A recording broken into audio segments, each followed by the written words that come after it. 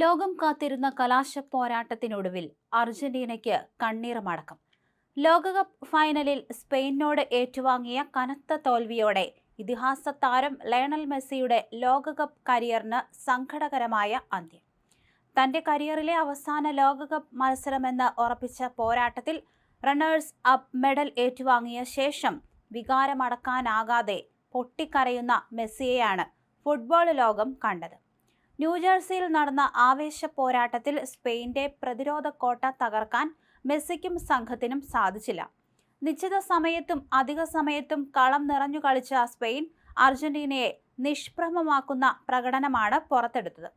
അധിക സമയത്തിന്റെ അവസാന മിനിറ്റുകളിൽ സ്പെയിൻ താരം ഫെറാൻ ടോറസ് നേടിയ ഏക ഗോളിനാണ് അർജന്റീനയുടെ കിരീട സ്വപ്നങ്ങൾ തകർന്നടിഞ്ഞത്. മത്സരത്തിന്റെ അവസാന വിസിൽ മുഴങ്ങിയതോടെ പരാജയം താങ്ങാനാകാതെ മെസ്സി മൈതാനത്ത് മുട്ടുകുത്തിയിരുന്ന് മുഖം പൊത്തി കരഞ്ഞു. സഹതാരങ്ങൾക്കും എതിരാളികൾക്കും ഒരുപോലെ മെസ്സിയെ ആശ്വസിപ്പിക്കാനായില്ല.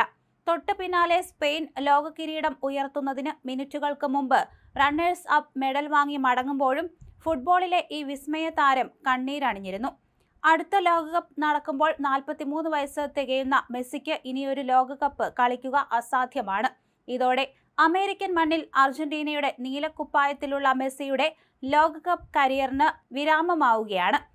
ക്ലബ് തലത്തിൽ ഇന്റർ മയാമിക്ക് വേണ്ടി താരം കളി തുടരുന്നുമെങ്കിലും അന്താരാഷ്ട്ര തലത്തിൽ ഇനി മെസ്സിയുടെ മാന്ത്രിക ചുവടുകൾ ഉണ്ടാവില്ലെന്നാണ് ഈ വികാരനിർഭരമായ രംഗങ്ങൾ സൂചിപ്പിക്കുന്നത്. ഇത് 3ാം തവണയാണ് മെസ്സി ലോകകപ്പ് ഫൈനലിൽ കളിക്കുന്നത്. 2014 ജർമ്മനിക്ക് മുന്നിൽ കിരീടം നഷ്ടമായെങ്കിലും 2022 ഖത്തറിൽ അർജന്റീനയെ ലോകത്തിന്റെ നെറുകയിലെത്തിക്കാൻ മെസ്സിക്ക് സാധിച്ചിരുന്നു.